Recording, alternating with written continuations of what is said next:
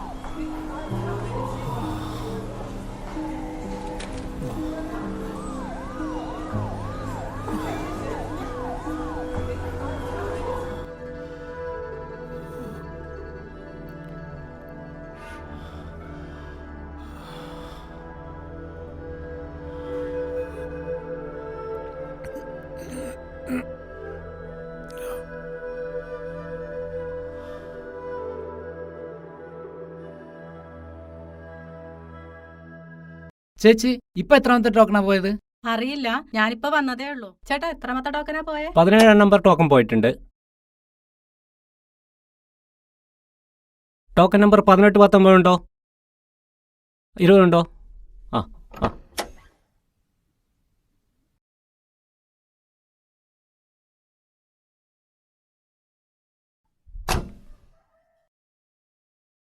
ഈ മരുന്നൊക്കെ കഴിക്കേട്ടാ.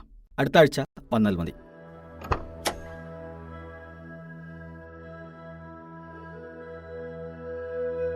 ഹലോ, അതെ അതെ, ഞാനാണ്. എന്തുണ്ട് വിശേഷം? മാഷോ? ഇരിക്കും മാഷേ.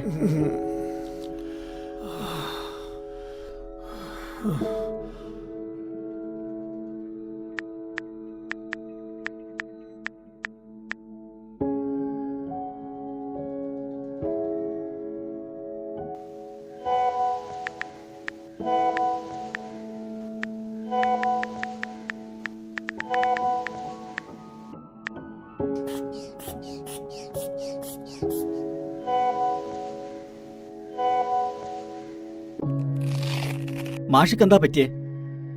ഡോക്ടറെ, കുറെ ദിവസമായി അച്ഛൻ ആരോടും മിണ്ടാത്തത്. ആദ്യമൊക്കെ ഞങ്ങളൊന്നത് കാര്യമാക്കിയില്ല. പക്ഷെ ഇപ്പൊ എനിക്കെന്തോ ഒരു പേടി പോലെ. അതാ ഞാൻ ഡോക്ടറെ കാണാൻ വന്നത്. പിന്നെ ഡോക്ടർ അച്ഛന്റെ സ്റ്റുഡന്റും കൂടിയാണല്ലോ. വാ തുറന്നു മാഷെ. നാക്ക് നീട്ടി മാഷെ.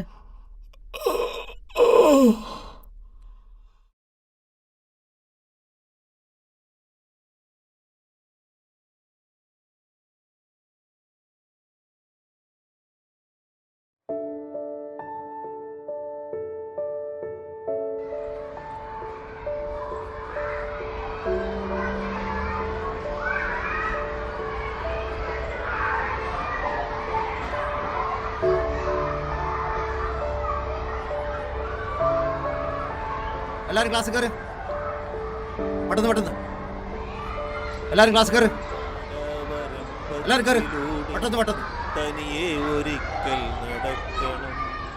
പകലന്തി നേരത്തൊരാൽമരച്ചോട്ടിൽ പലരുമൊത്തൊരു നാളിരിക്കണം. കവിതകൾ നുണയണം, കാവുകൾ കാണണം. വായിച്ചു നിർത്തിയ പുസ്തകത്താളിൻ്റെ മാദകഗന്ധം നുകർന്നു മയങ്ങണം. കൊയ്ത്തു കഴിഞ്ഞൊരാ പാടത്തു കാൽപ്പന്തു തട്ടിക്കളിച്ചേറെ ആർത്തുല്ലസിക്കണം. കൊയ്ത്തു കഴിഞ്ഞൊരാ പാടത്തു കാൽപ്പന്തു തട്ടിക്കളിച്ചേറെ ആർത്തുല്ലസിക്കണം. കവിത ഇഷ്ടപ്പെട്ടോ?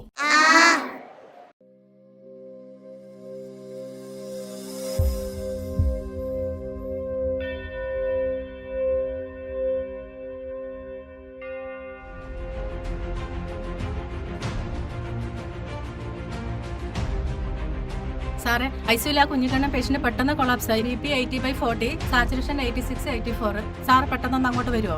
ഒരു ABG എടുത്തോ.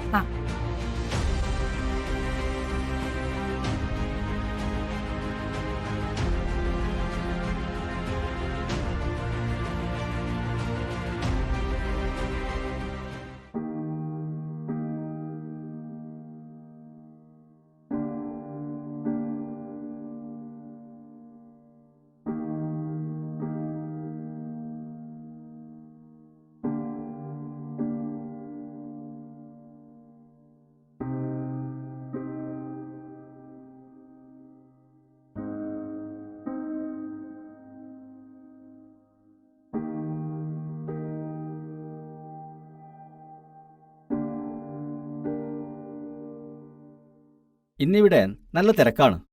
വിനോദ് ഒരു കാര്യം ചെയ്, ഈ ടെസ്റ്റൊക്കെ ഒന്ന് ചെയ്തിട്ട് നാളെ 4 മണിക്ക് ശേഷം ഒന്ന് വീട്ടിലോട്ട് വാ. ലൊക്കേഷൻ ഞാൻ വാട്സപ്പ് ചെയ്തുതരാം. ശരി ഡോക്ടർ.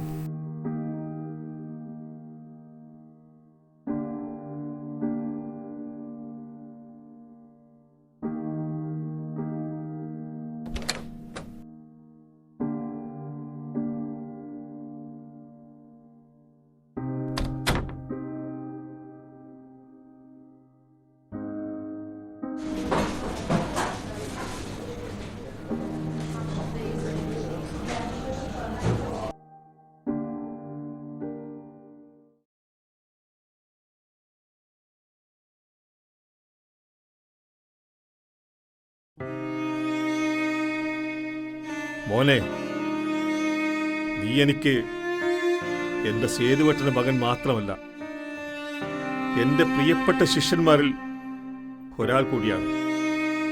റിട്ടയർമെന്റിന് ശേഷം സാമൂഹ്യ സാംസ്കാരിക പ്രവർത്തനവുമായി കഴിഞ്ഞിരുന്ന എനിക്ക് ഗൗരിയുടെ, നിന്റെ ടീച്ചർ ആന്റിയുടെ വേർപാട് താങ്ങാവുന്നതിനും അപ്പുറമായിരുന്നു. കുട്ടികൾക്ക് കളിക്കാൻ പോലുമുള്ള സമയമില്ല. സ്കൂൾ വിട്ട് വന്നാലും കമ്പ്യൂട്ടറിലും മൊബൈലുമായിരിക്കും അവർ. മാങ്ങയ്ക്ക് കല്ലെറിഞ്ഞും തോട്ടിൽ നീന്തിമറിഞ്ഞും ആഘോഷമാക്കിയ ബാല്യം നിങ്ങളുടെ തലമുറയിൽ അവസാനിക്കുകയാണ്. ഇപ്പോൾ തമാശകൾ പറയാനോ പുസ്തകങ്ങളെക്കുറിച്ച് ആർത്തിയോട് സംവദിക്കാനോ പറ്റാണ്ടായിരിക്കുന്നു.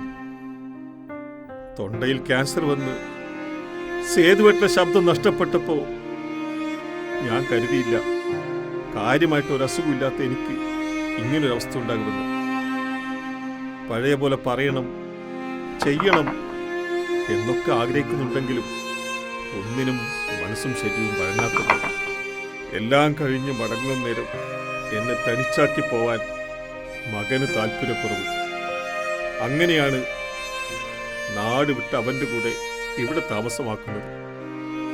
തെറ്റിദ്ധരിക്കണ്ട കേട്ടോ, ഇവിടെ യാതൊരു കുറവും വരുത്താതെ തന്നെയാണ് മകനും മരുമകളും നോക്കുന്നത്. പക്ഷേ അവരുടെ ജോലി തിരക്കും കുട്ടികളുടെ പഠനത്തിരക്കും എന്നെ കടുത്ത ഏകാന്തതയിലേക്ക് തള്ളിവിടുകയാണ് ചെയ്തത്. സ്കൂളിലും നാട്ടിലും എല്ലാ കാര്യങ്ങളിലും സജീവമായിരുന്ന ഒരാൾ ഒരു വീടിന്റെ 4 ചുവരുകൾക്കുള്ളിൽ ഒതുങ്ങിപ്പോയപ്പോൾ കാര്യങ്ങൾ കൈവിട്ടു തുടങ്ങിയതാവാം ഇന്നത്തെ എൻ്റെ നിശബ്ദതയുടെ കാരണം. സമയമില്ലായ്മയാണല്ലോ ഇന്നത്തെ ഏറ്റവും വലിയ പ്രശ്നം. മനുഷ്യൻ മനുഷ്യനോട് സംസാരിക്കുന്നതിലും കൂടുതൽ സമയം യന്ത്രങ്ങളോടാണ് സംസാരിക്കുന്നത്. രോഗം, വേദന, മരണം തുടങ്ങി സർവ്വതിനെയും നിയന്ത്രിക്കാനുള്ള മനുഷ്യന്റെ സ്വപ്ന പദ്ധതികൾ മനുഷ്യരാശിയെ ആകപ്പാടെ നശിപ്പിക്കുമോ എന്നുള്ള ഭയം പതിയെ എന്നെയും അലട്ടാൻ തുടങ്ങി. ഡാർവിൻ പറഞ്ഞതുപോലെ ചുറ്റുപാടുകളുമായി പൊരുത്തപ്പെടുന്നവ അതിജീവിക്കുകയും അല്ലാത്തവ നശിച്ചു പോവുകയും ചെയ്യുന്നു. അതായിരിക്കാം എനിക്കും സംഭവിച്ചുകൊണ്ടിരിക്കുന്നത്.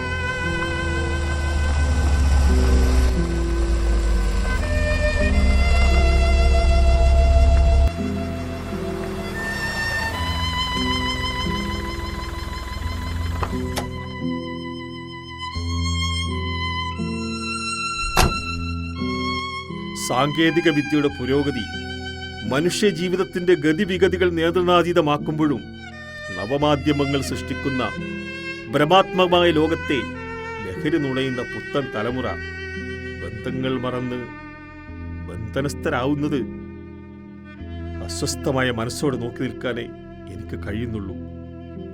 നിന്റെ മാഷ് നിശബ്ദതയെ സ്നേഹിച്ചു തുടങ്ങിയിരിക്കുന്നു.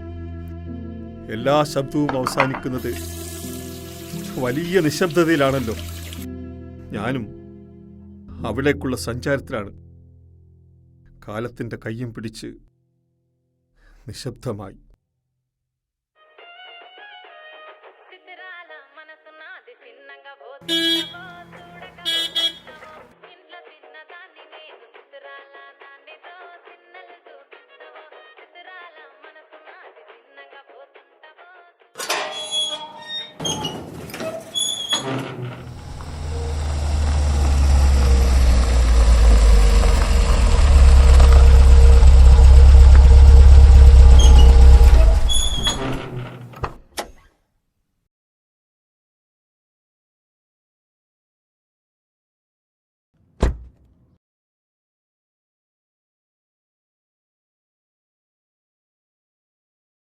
മാളോടെ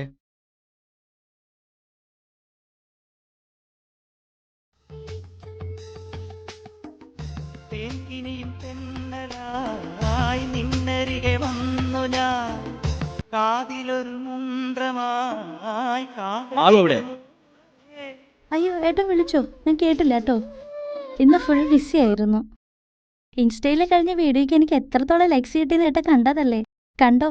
ഇന്നത്തെയും കൂട്ടി പോസ്റ്റ് ചെയ്താൽ ഞാനൊരു പൊളിക്കും. നീ പൊളിച്ചോ? മാളു എവിടെ?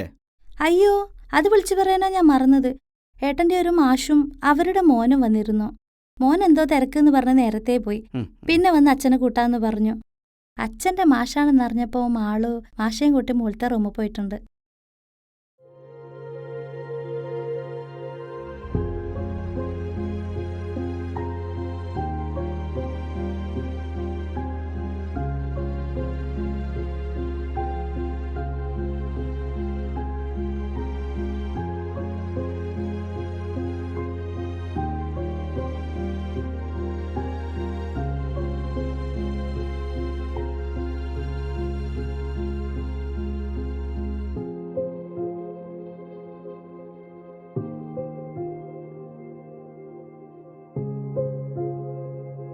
മോളെ മാളു. ആ അച്ഛാ,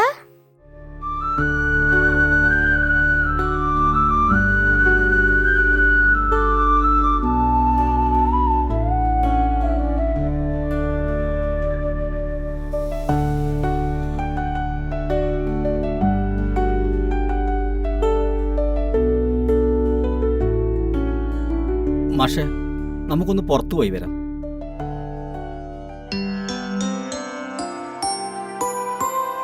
മറക്കാതിരിക്കാം നമുക്ക് മാതാവിനെ, മറക്കാതിരിക്കാം ഒരൊറ്റ മുറിയിൽ തനിച്ചിരുന്നുരുകുന്ന വൃദ്ധനാമച്ഛനെ.